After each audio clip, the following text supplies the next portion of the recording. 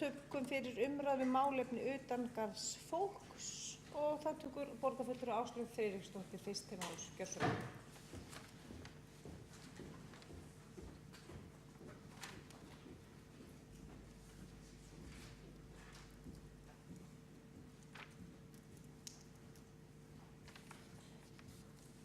Forseti, borgarfulltrúar. Ástæða þessarar umræðu nú eiginlega svo að ég las svo ágætt viðtal við forstöðumann gistiskýlisins daginn sem þið hafið örugglega lesið líka. Og svona í því tilefni held ég sé bara ágætt að við förum aðeins yfir það sem framkom í því hér og svona reynum að sjá bara rifja það upp hvar við erum stödd í málefnum utangarðsmanna. Það var sett stefna hérna fyrir árin 2014 til 2018 sem enn í gildi og ýmislegt verið að gera en þó mætti auðvitað gera betur. En mér fannst svo margt ágætt sem kom fram sem ég langar að rifja upp úr þessu viðtali með leyfi forseta en það birtist í Fréttablaðinu, ég held að það hafi verið í apríl núna, apríl og viðtali sem sagt við Svein Allan Mortens sem forstöðumaður gistiskýlisins við Lindagötu en eins og fólk man kannski eftir þá tók borgin við rekstri gistiskýlisins fyrir nokkru síðan en áður hafði Samhjálp séð reksturinn og verið þar með starfsmenn sem sinntu gistiskýlinu. Hann segir í þessu viðtali að hann telji að það þurfi að gera breytingar á málefnum utangarðsfólks. Það verði að líta svo á að neyðarskýli sé ekki lausnin og við þurfum að vinna okkur frá þeirri hugmynd. Hann lýsir líka hvernig ástandið það kemur fyrir að það fullt og það eru tappar sem myndast. Menn eru farnir að líta á gistiskýli neyðarúrræði sem heimili sitt og það gengur ekki og þetta svona tengist auðvitað þeirri umræðu sem við vorum í áðan, húsnæðisumræðunni. Því að þegar maður finnur það líka svo sterkt á starfsfólki velferðarsviðsins að þegar húsnæðisúrræðin eru svona fá, það eru biðlistar upp á meira en 1000 manns eftir húsnæði alls kyns húsnæði, bæði fyrir aldraða, fatlaða og félagslegum íbúðum, en það er skortur á úrræðum og maður finnur svo vel hvað þá lítið í raun og veru sem hægt að bjóða fólki upp á í ráðgjöfinni og í meðferðinni sem þyrfti í raun og veru að eiga sér stað ef við ætluðum að vera með inngrip og taka forvarnirnar upp á næsta borð, eins og sinni minn sagði. Þá mjög áhugavert að lesa þetta sem fram kemur. Hann segir líka, og mér fannst það ríma mjög við það sem við höfum nú oft rætt, að það verði að leggja miklu meiri áherslu á valdeflingu og að fólk taki ábyrgð. Það taki ábyrgð á sér og bara sínu lífi. Það taki þátt í einhverju ferli. Það að fá aðstoð og það svo sjálfsagt að gera þær kröfur að það taki þátt með einhverjum hætti. Hann nefni þarna, svo ég vísi bara áfram beint í viðtalið, að hann telji þjónustuna ekki nægilega markvissa. Honum finnst vanta að fólk taki ábyrgð á eigin lífi eða það sé valdelt. Ég myndi vilja sjá að allir greiddu lítilræði fyrir gistingu í skýlinu. Það þarf ekki að vera stór upphæð, kannski 500 krónur fyrir gistingu og mat. Þá getur menn sagt, ég borga fyrir minn mat og gistingu. Menn myndu bera ábyrgð á sér, það væri meiri reisn yfir því. Og þá væri auðveldara að taka skrefin áfram inn í herbergislegu eða íbúð. Og bara, mér finnst þetta bara svo ágætt innlegg inn í það sem við þurfum að mínum mati að fara að ræða og það eitthvað sem mér hefur auðvitað fundist vera ekki skilningu fyrir í fjárhagsáætlunargerð síðustu ára hvaða breytinga þörf í öllu velferðarkerfinu. og mér finnst þetta hljóti að fara að fullri hörku núna inn í fjárhagsáætlunargerðina fyrir 2017 að það verði forgangsraðað bæði til þess að bæta við úrræðum fyrir þá sem að vinna í geirann, svo þeir hafi á ykkur að taka. Nú bara fyrir skemmstu vorum við að fundi hjá Rauða krossi Íslands þar sem vorum að ræða meðal annars aðstoð við flóttamenn. Þessum fundi var hann var sendur út beint, þannig að ég er ekkert að aflétta neinum trúnaði þó ég vísi þar í beint í ummæli ráðgjafa sem segja bara af hverju er Reykjavík að taka við fólki og segist allir hjálpa þeim þegar engin úrræði, það engar íbúðir.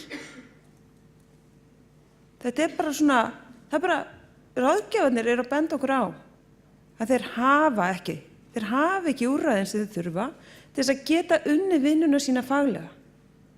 Og það er forgangsröðuninni héðan að kenna. Og þetta tengist að sjálfsögðu húsnæðismálunum sem vorum að ræða hérna að sjálfsögðu. Á meðan það keppt hverju einustu kjallarholu af mikilli hörku, þá vitum við alveg hverju koma verst út úr því. Við vitum það algjörlega. Og það er eiginlega mjög skammarlegt að við höfum ekki brugðist harðar við þessari þróun. Ég meina, ég get alveg tekið undir á sínum tíma var það auðvitað, fannst manni uppbyggingin hafa verið mjög hröð og hér voru fréttir fullar af myndum af tómum íbúðum og hér hafi verið offjárfesting og allt slíkt. En skjótt skipaðist veður í lofti. Leið og ferðamenni fóru að streyma inn, þá var þetta ekki lengur vandamál en fór í þveröfuga átt. Þetta sveiflaðist akkurat yfir á hina línuna og skorturinn var gríðarlegur og við erum ennþá mörgum árum seinna að sjá að við höfum einhvern veginn ekki náð að komast fyrir vind með þennan vanda. Og þetta er mesti vandi Reykjavíkurborgar. En áfram með þetta, ég held að þó ég fari hérna inn í húsnæðisumræðuna, það er bara að því að mér finnst þetta bara tengja svo mikið og tengist líka bara það, hverju ætlum við að bjóða fólki.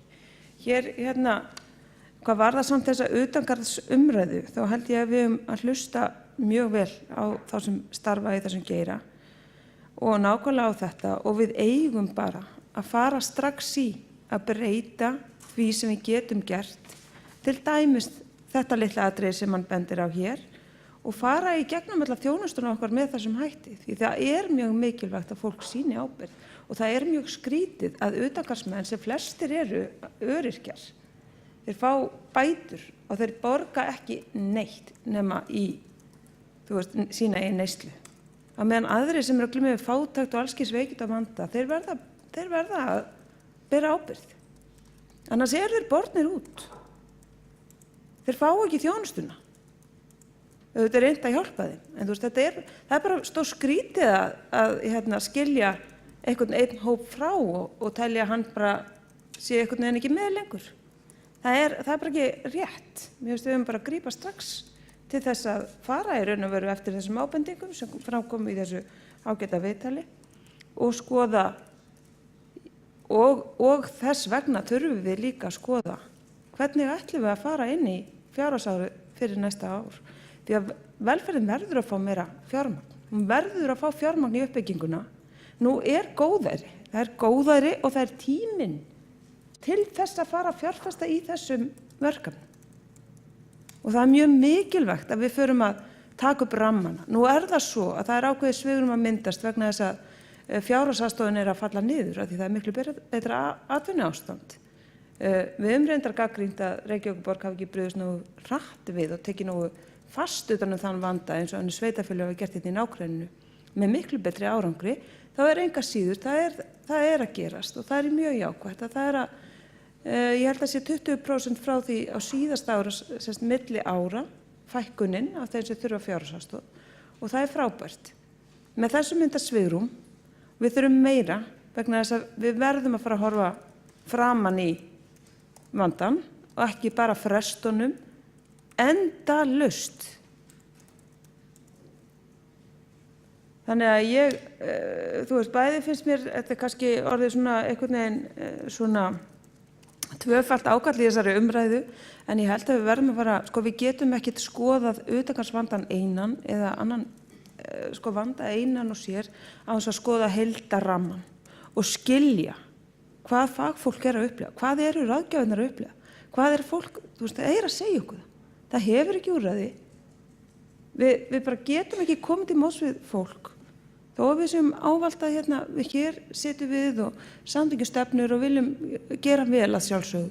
Þá verðum við líka að vera raunsæ. Við verðum að skilja hvað við getum og hvað við getum ekki. Og hvernig við ætlum að gera þetta.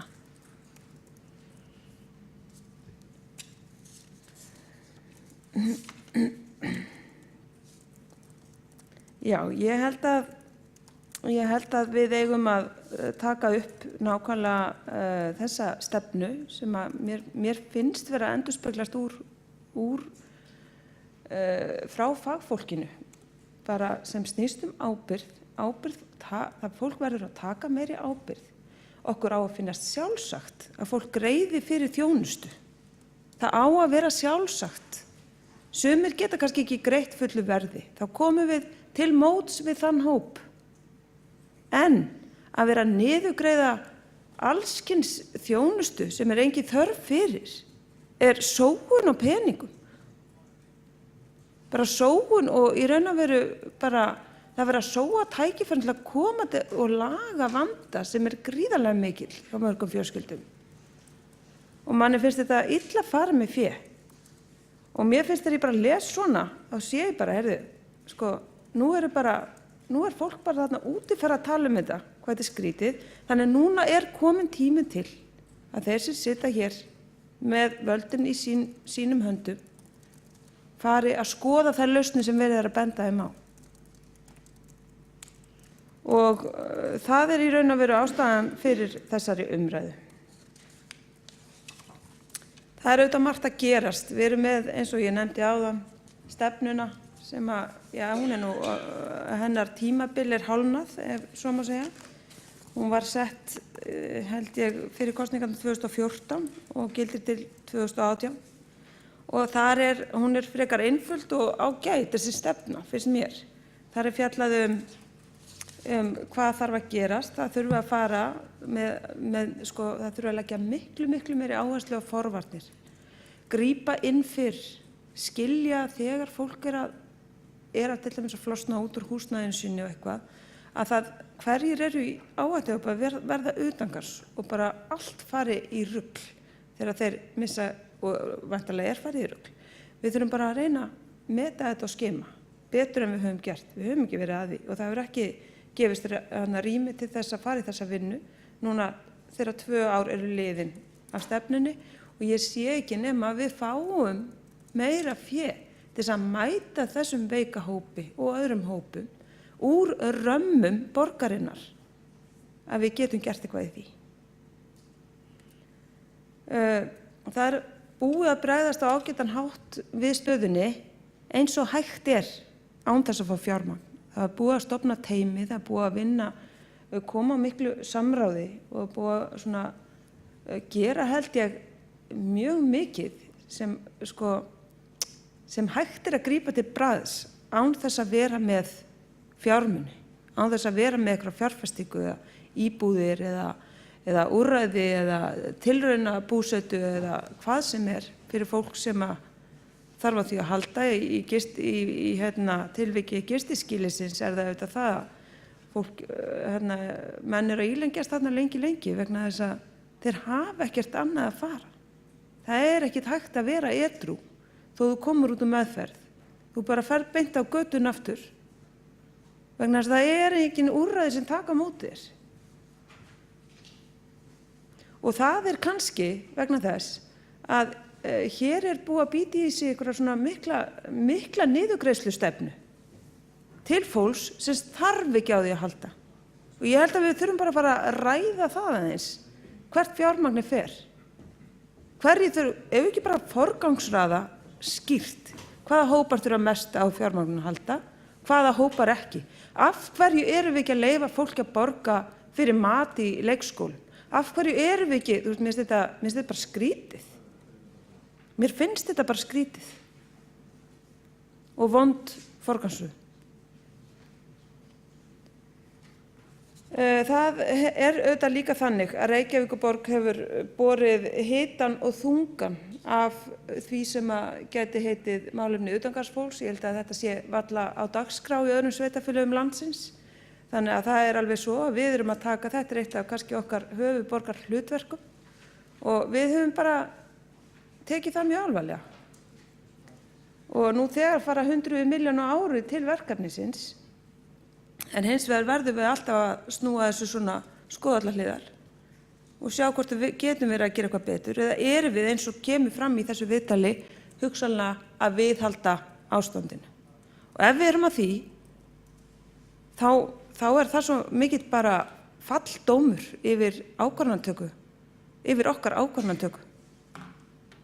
Þannig að ég bara legg til og vonandi vilja fleiri ræða þessi mál eitthvað, en mitt innlegg hlustum á það sem fólk að segja við okkur, förum og endurskoðum stefnur okkar með það fyrir augum og forgangsröðum svo rétt inn í næsta ár. Ef við gerum það ekki núna, þá erum við að missa tíma, við erum að ýta okkur inn í ástand þar sem að við verðum að slökkva elda næstu árin í stað þess að vera búin að búa til, og eiginlega held ég við séum svona að verða of sein, í stað þess að vera búin að búa til einhverja móttöku stöðvar eða snertifleti með þá og nýta fjármunina sem best, láta fólk borga fyrir þjónustu þar sem verður að vera hörð forgangsröð. Bara hver þarf mest af fjármagninu að halda?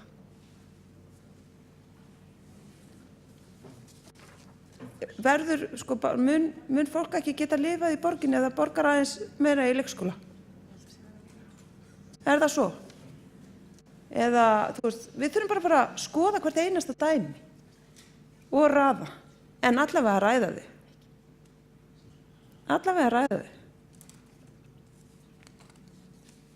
Já, ég ætla ekki að hafa það lengra, ég ætla bara að heyra hvort það verða einhverjar meiri umræður. Mér langaði bara mjög mikið til þess að vekja athygli á þessu sem fram kemur hjá Sveini Allan og bara í þessu mikið góða viðtali, þar sem bara verið að benda á það sem svo augljóst að mínu mati að við hefðum fyrir löngu átt að gera, ekki bara í málefnum utangarðsfólks, heldur líka bara á öðrum stöðum í velferðinni. Og ég meina eins og bara staðan í dag, þá vantar bara gríðarlega fjármuni inn í velferðina og ég held við verðum að skilja það hér. Því héðan koma rammarnir, héðan kemur fjármagnið sem velferðin fær til þess að fjárfesta í því sem hún þarf. Og það bara eitt mikilvægasta atriðið sem við gerum núna næstu vikurnar. Og ég vona að fólk sé sammála mér í því. Það borgarfulltrúi Áslaug Friðriksdóttir lokið máli sínu og borgarfulltrúi Ilmur Kristjánsdóttir næst á mælendaskrá.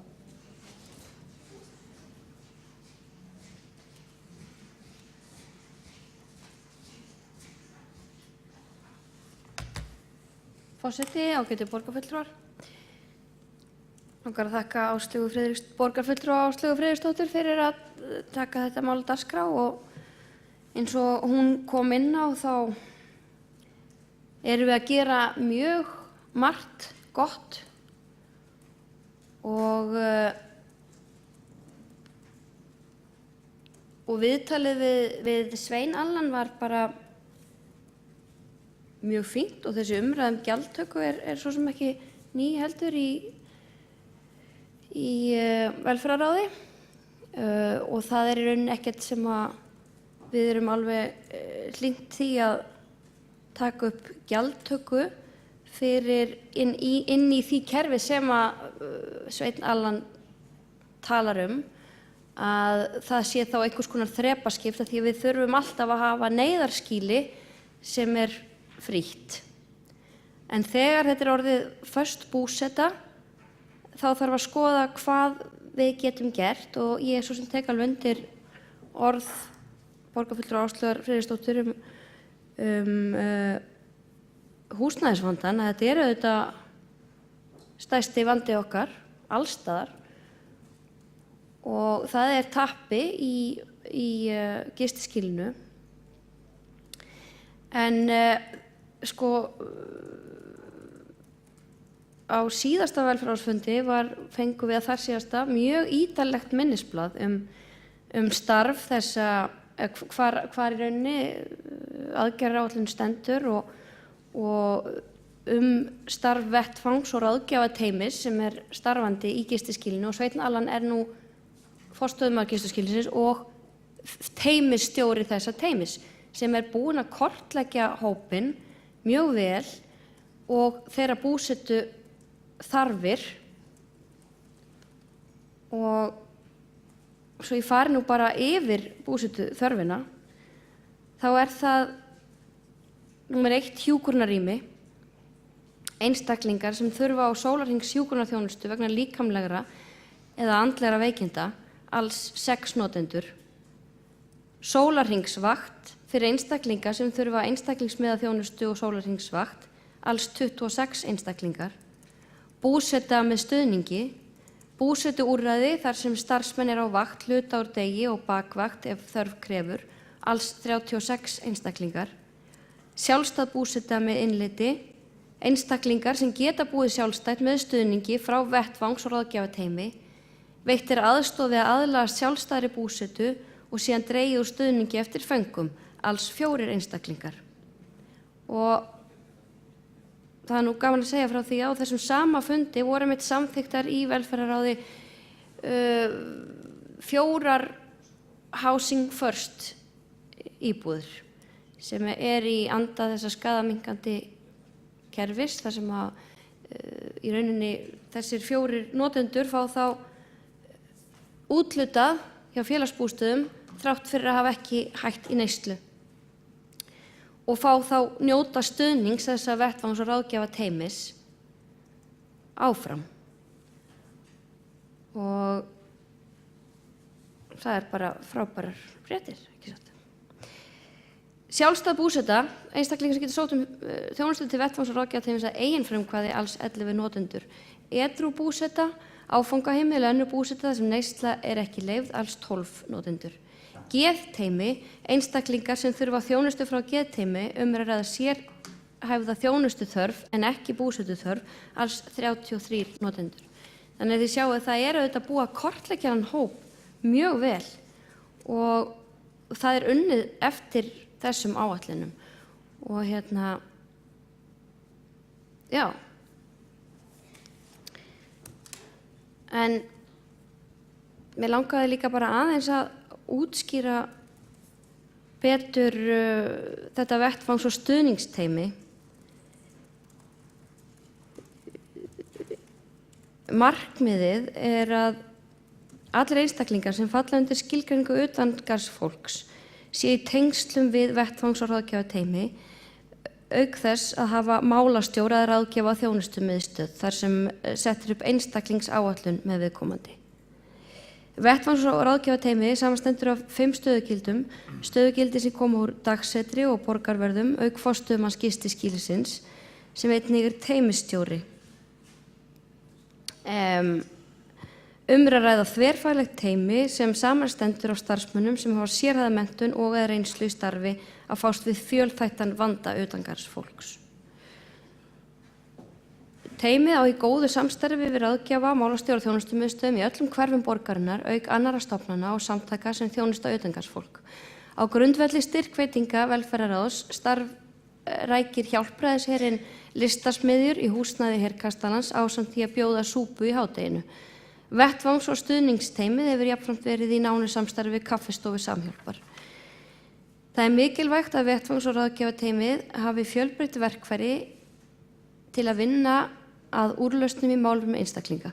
Mikilvægt að fjölga búsetumöguleikum og efla samstarf við geðsvið Landspítala, SÁÁ og heilsugæslu höfuðborgarsvæðisins.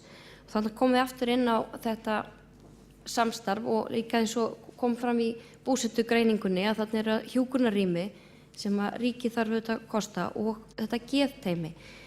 Og það eitt af markmiðum þessa teymis að það að ná að byggja þessar brýr yfir til heilbrigðiskerfisins og jafnframt til þessa þriðja geira aðila sem að vinna í þessum málum. Já, og að því að við vorum að tala einmitt valdeflinguna,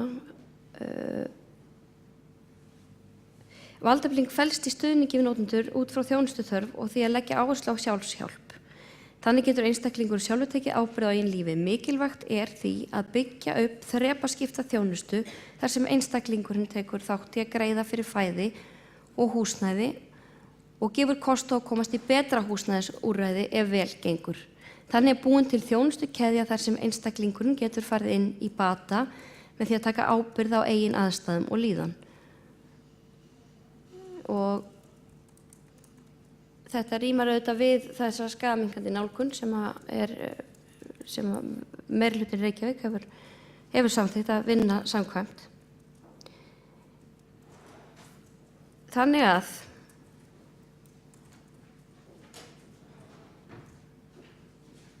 ég veit svo sem ekki hvað ég að segja meira, en kannski að því að fórum inn í, eða borgarfulltrúi Áslaug Friðriksdóttir fór inn í það að borga fyrir mat á leikskólum og forgangsröðun fjármuna, að auðvitað þurfa að forgangsröða rétt, en við erum alltaf að tala eins og borgarfulltrúi Kjartan Magnússon kom inn á áðan að það þurfa að lækka fasteignagjöld til þess að fjölskyldufólk geti betur átt möguleika á því að vinna minna, og þetta auðvitað liður í því að bjóða upp á ókeypis skólaþjónustu, auðvitað liður í því að gera vel við fjölskyldufólk. Þannig að ég sé ekki að þarna séu hagsmunir að stangast á. Og ég vil bara nota tækifærið og hrósa velferðarsviði fyrir einmitt að því Áslaug kom inn á fjárhagsaðstoðina, að hafa unnið mjög markvisst og vel með fjárhagsaðstoðarhópinn sem hefur fækkað mjög mikið og ekki síst fyrir einmitt að vinna mjög markvisst eftir þessari aðgerðaráætlun málefni utangarðsfólks og skiluðu einmitt núna síðast mjög ítarlegu minnisblaði þessu mál. Nei, ég þakka bara fyrir mig.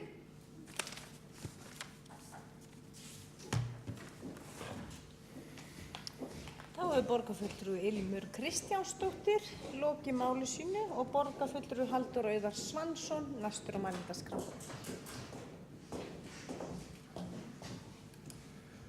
Forseti og borgarstjórn. Þetta annað mál sem gott að fá að ræða, sem dálítið inn á minni áhugasviði. Ég veit ekki nákvæmlega af hverju, það kannski örlögin hafa skilað mér þangað að þetta virðist banka stundum upp á hjá mér og ég hef dálítið velt þessum málum fyrir mér og svo þekki ég nú nokkra utangarðsmenn ágætlega, kannski það. Gerir þetta persónulegt. Bæði núverandi og fyrrverandi. En ég las nú eins og vonandi við öll þetta viðtal sem að borgarfulltrúin Áslaug Friðriksdóttir vísar í og var margt ágætt. Mér finnst að það mætti nú vera meira af þessu, að það séu bara svona óbeinská viðtöl við okkar fólk, svona það sem lýst því hvað verið að gera og þeirra eigin skoðunum á því. Það hjálpar bæði almenningi og okkur að átta okkur betur á málum. En það sem stóð náttúrulega mest upp úr fyrir mér í þessu viðtali var þessi vandi með að gistiskýlið yfirfullt og að menn að nota þetta sem varanlegt úrræði þegar það ekki hugsað þannig, og það náttúrulega einfaldlega vegna þess að það vantar fleiri varanleg úrræði. Og þá náttúrulega mjög gleðilegt að geta tilkynnt eins og borgarfulltrúi Ilmur Kristjánsdóttir gerði hér áðan að það hefur verið bætt þar við og planið náttúrulega að halda því áfram. Og auðvitað fyrir mig sérlega gleðilegt að þarna verið að vinna eftir hugmyndafræðinni Housing First eða húsnæði fyrst, af því að ég til hana vera rétta og hún er sannreynd víða erlendis og held að hún muni skila árangri og náttúrulega mikilvægt að auðvitað samt að þetta sé gert vel og það sé svona ákveðin ábyrgðarkeðja þar sem að fólk hvatt til þess að taka ábyrgð á sjálfu sér og vinna sig pínulítið upp eins og það ræður við. En þetta er náttúrulega alltaf mjög snúin jafnvægisdans og fólk misjafnlega statt og misjafnlega í stakk búið til að vinna sig upp. En pælingin þarna baki er náttúrulega þetta að fólk eigi alltaf rétt á húsnæði óháð öllu öðru. Og að baki því eru ekki bara mannúðarsjónarmið heldur bara hrein, fyrst við erum að ræða það, bara hrein fjárhagsleg sjónarmið. Hugsunin er að það kosti samfélagið minna að hafa fólk inni í skjóli en að hafa það úti. Að það sé betur hægt að halda utan það sé ólíklegra til þess að kannski rata í vandræði og skapa kostnað einhvers staðar í löggæslu eða heilbrigðiskerfunum. Þannig lítur það dæmi út.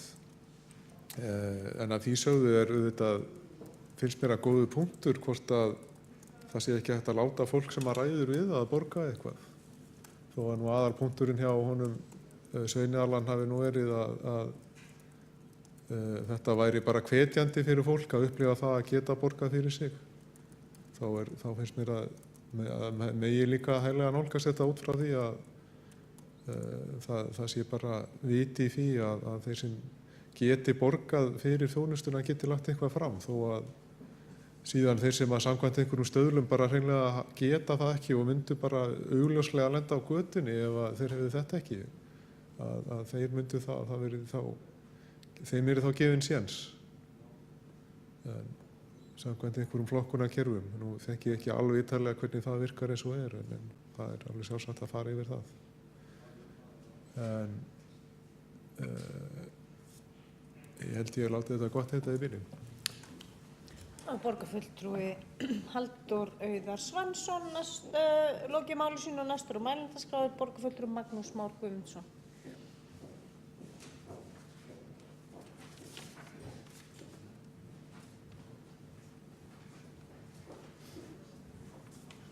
Frú forseti.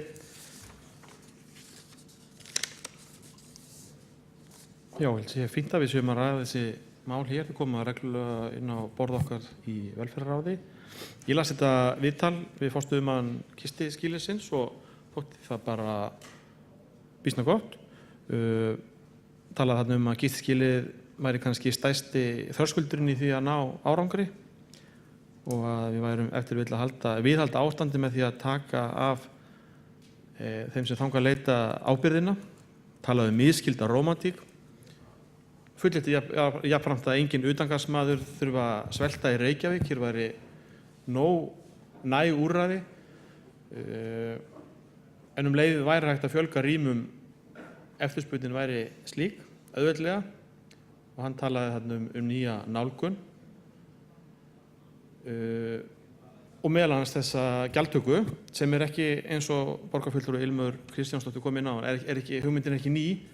Ég held ég að lesi þér snemma í haust einmitt viðtal við títtnefndan Svein Allan og formann velferðarráðs, borgarfulltrúa Ilmi Kristjánsdóttur, þar sem hún kom inn á þetta, nefndi þennan möguleika. Og þetta er þetta bara í anda þess sem unnið hefur verið á sviðinu og að fjölga leiðum, úrræðum.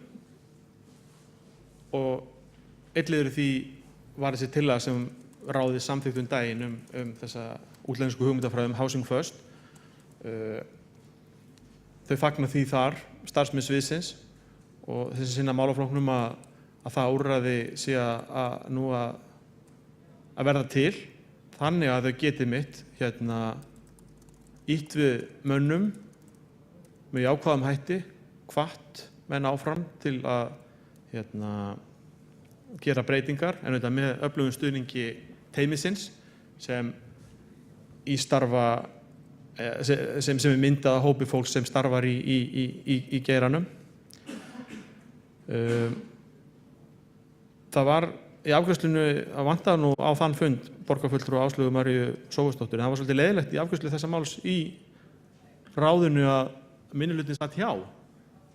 Taldi sig ekki, tveir fulltrúar ráðsins, það taldi sig ekki geta stutt tillöguna, en ég heyri að borgarfulltrúi Áslaug María Sófusdóttir fylgjandi tillögunni, að ég get ekki skilja hana, hún var að tala aðra að fjölga úrræðum, kallar eftir því, en svona þetta stundum.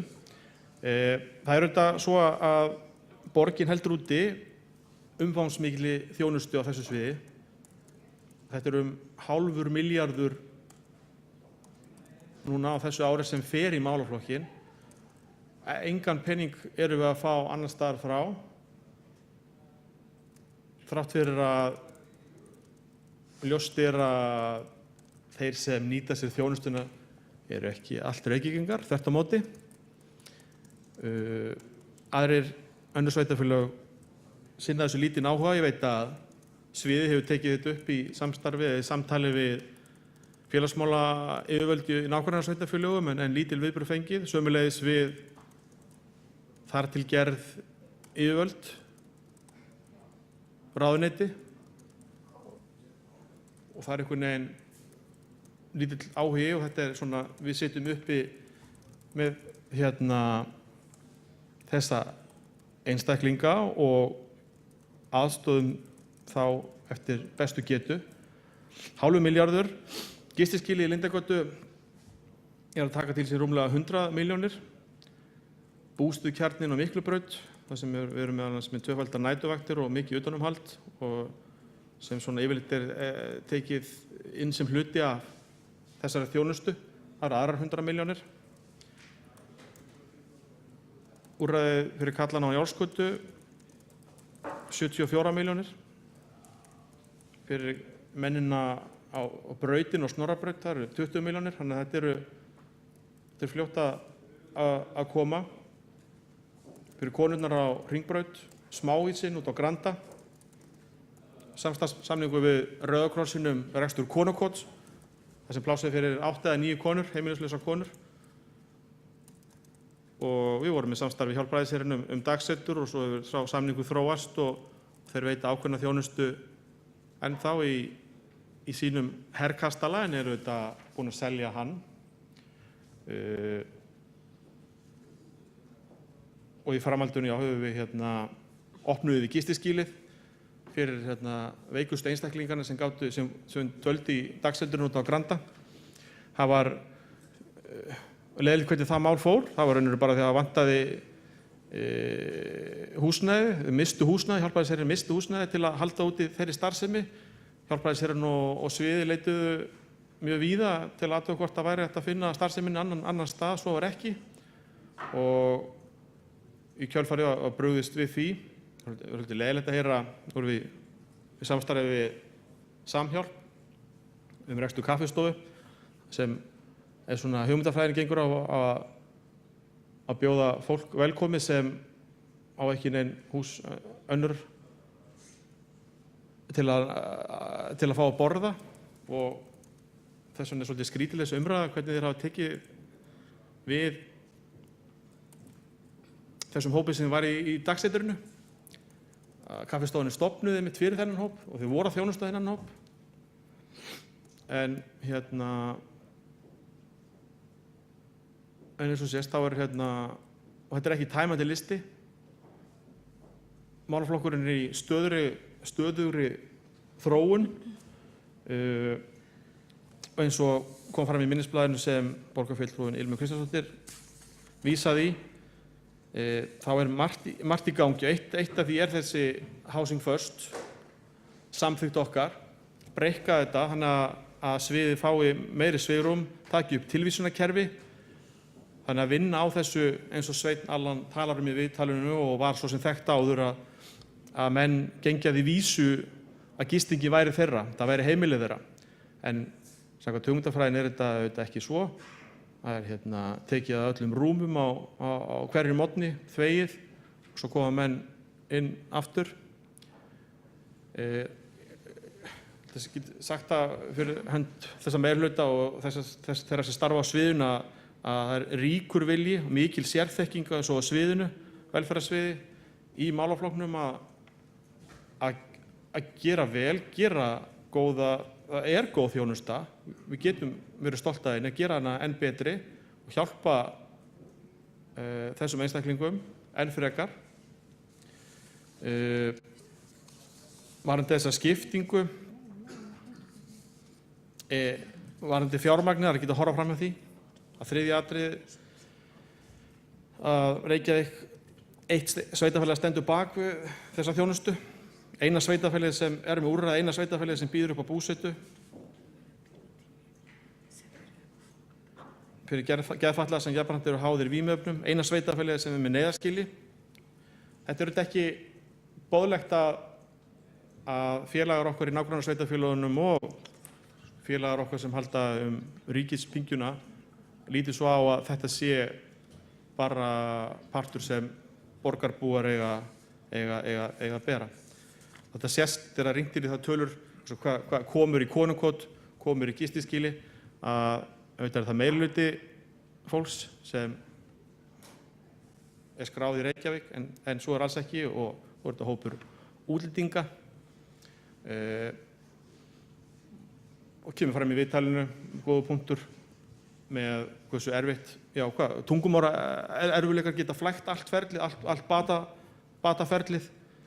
Það er svona lögð áherslu á að fá meðal annars pólskumælandi mann til starfa í gistiskýlinu.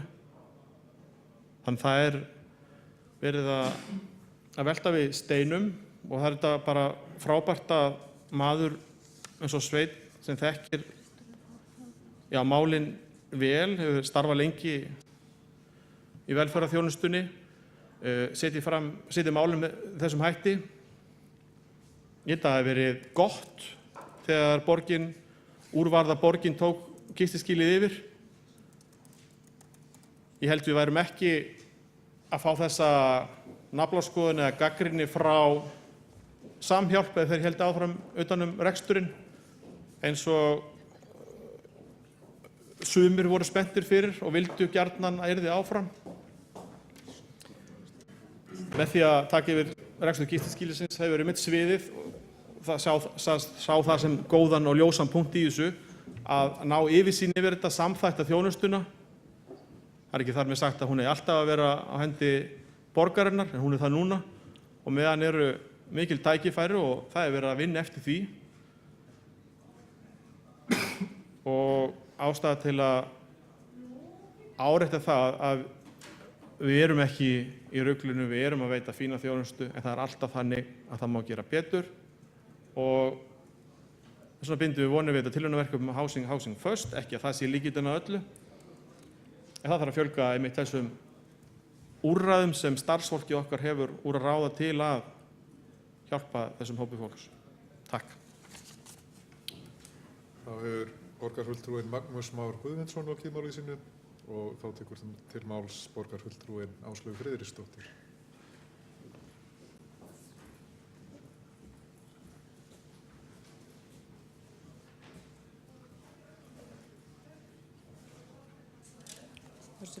Borgarfulltrúar. Ég ætla bara að þakka kærlega fyrir umræðuna sem hér skapaðist. Mér fannst reyndar svona ekki alveg koma skýrt fram hversu viljugir fulltrúar meirihlutans eru að taka upp það sem Sveinn Allan er að tala ekki það, tala þetta sé ekki ný hugmynd ekki nýja nálinni, það veitum við alveg, Þetta er að sjálfsögðu engin ný vísindi, en spurningin er, viljum við taka þetta upp eða ekki? Og þar eru við alla leið með honum. Mér langar aðeins að, ég ætla nú að byrja líka að þakka Magnúsi Má Guðmundssyni borgarfulltrúa fyrir að kalla mig ítrekað Sófusdóttur, en ég gerir ráð fyrir því að hann sé að rugla mér saman við tengdamóður sína sem er mér svo mjög náskyld og ég var alveg til að líkjast meira. En svo langar mig að fara líka aðeins í það sem tala var í sambandi við Samhjálp og kaffistofuna, því það auðvitað tengist. Þarna eru auðvitað ákveðin hópur sem er að sækja úrræði og þegar dagsetrið lokar, þá verður meira álag annars staðar. Þó að það hefur verið gripið til aðgerða eins og að hafa gistiskýlið opið lengur á daginn, þá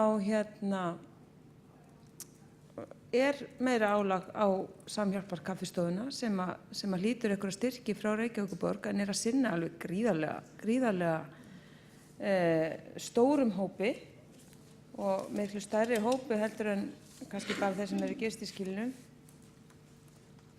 Mér skilst, hvar sá ég þetta hérna, mér skilst að, já, að álagið þar hafi fimmfaldast.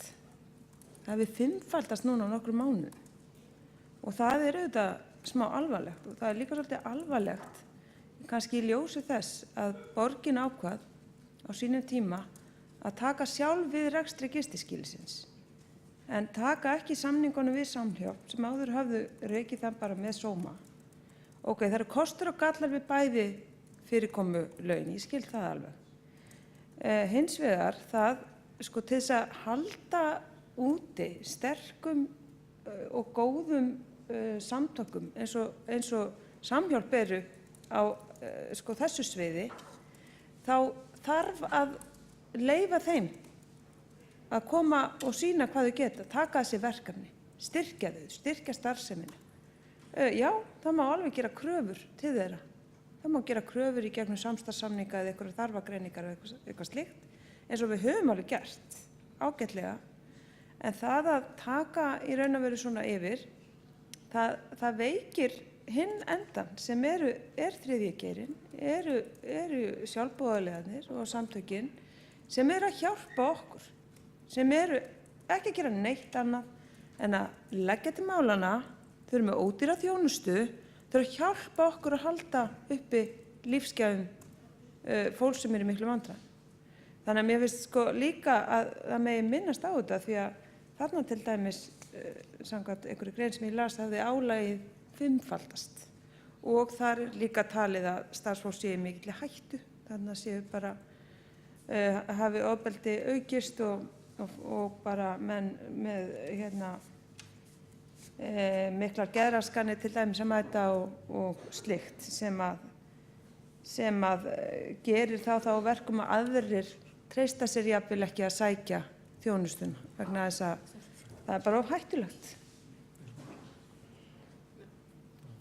En allavega, ég veit ekki alveg hvað ég var að heyra. Ég meina, mér finnst vel að vera sammála eitthvað. Mér finnst samt ég geta að heyra alveg skýrt frá ykkur hvað þið viljið. Ég meina, eru þið til í að fara að skoða það þannig, til þess að fara betur með peninginn, til þess að geta stofna fleiri úrræði, að við förum að horfa á fólk bara borgi ákveðin skerf, sem bara fullkomlega eðlilegt. Nú ef það er svo í einhverjum undantekningatilfellum það er ekki hægt, þá er hægt að sækja það styrki. Og ef að reglurnar eru ekki akkurat þannig í dag, þá má bara bæta því undantekningatilfelli við. Til þess erum við hér. En allavega hvað sem að þessu varðar, þá þakka ég kærlega fyrir umræðina og já, takk. Borgarfulltrúinn Áslaug Friðriksdóttir hefur lokið í máli sínu. Þá hafa 2 borgarfulltrúar óskað eftir að veita andsvar. Fyrst veitir andsvar borgarfulltrúinn Ilmur Kristjánsdóttir. Forseti, virðulegu borgarfulltrúar. Já, ég ætlaði bara að svara, sko, það verður auðvitað breyting á þjónustunni þegar dagsetrinum var lokað. Hjálpræðisherinn fór alltaf út í, ætlaði alltaf með sínu dagsetri að búa til virkni og þeim fannst það ekki hafa heppnast sem skildi og þar voru við auðvitað með okkar þjónustu, ráðgjafa teymi inn í því úrræði. Það fannst ekki húsnæði fyrir þannig að það var í rauninni bara gripið þess að stokka þetta aðeins upp og sem ég held að hafi bara verið mjög gott mál.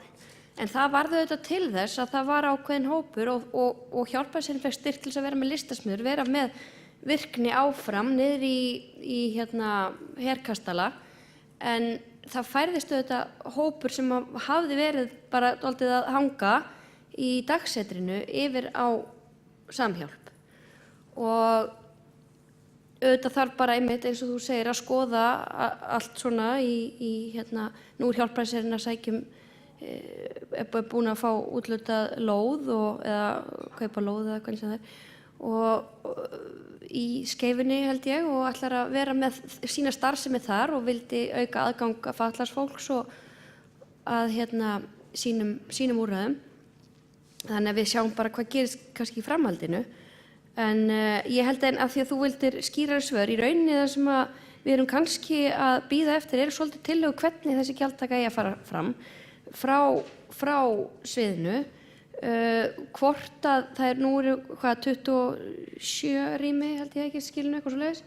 Það alveg skýrt að einhver hluti af þeim verða að vera neyðarrými, hvort sem það eru 10 eða 12 eða hvað það sem eru frí. Og það þá spurningum, hvað ert þú þá að borga fyrir?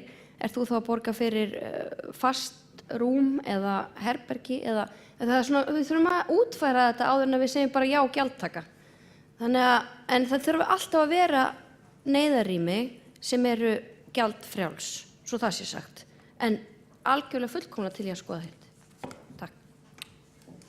Borgarfulltrúinn Ilmur Kristjánsdóttir hefur lokið að veita ansvar. Þá veitir ansvar borgarfulltrúinn Magnús Már Guðmundsson. Forseti. Já, þetta, eins og ég segi, það kom þetta skýrt fram í fjölmiðlum og svo í ráðinu þegar að formaður ráðsins, borgarfulltrúinn Ilmur Kristjánsdóttir, opnaði þessa hugmynd með gjaldtökuna. Þannig það þá nokkuð ljóst og hún útskýrði þetta enn frekar núna áðan. Þetta er bara hluti af stefnunni og með tilvísanir og annað að skerpa þetta, menn sé ekki að taka gistingunni sem sjálfsagðum hlut. Varðandi Samhjálp og kaffistofuna og við erum búin að fara yfir hvað gerist með dagsetrið, það sem var unnið í virkni og þar gekk oft og í læti regluleg, lögreglan oft kölluð til, hópurinn færist til, fá stuðning fyrst frá borgarvörðum og svo með þetta, sem hluti af þessu vettvangsteymi. Gistiskýlið opnað, við aukum við þjónustuna þar og ég held að það er ekki að gera lítið úr því.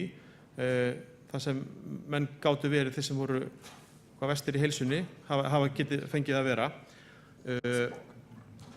Þetta er ekki lögbundin skylda. Ágæta,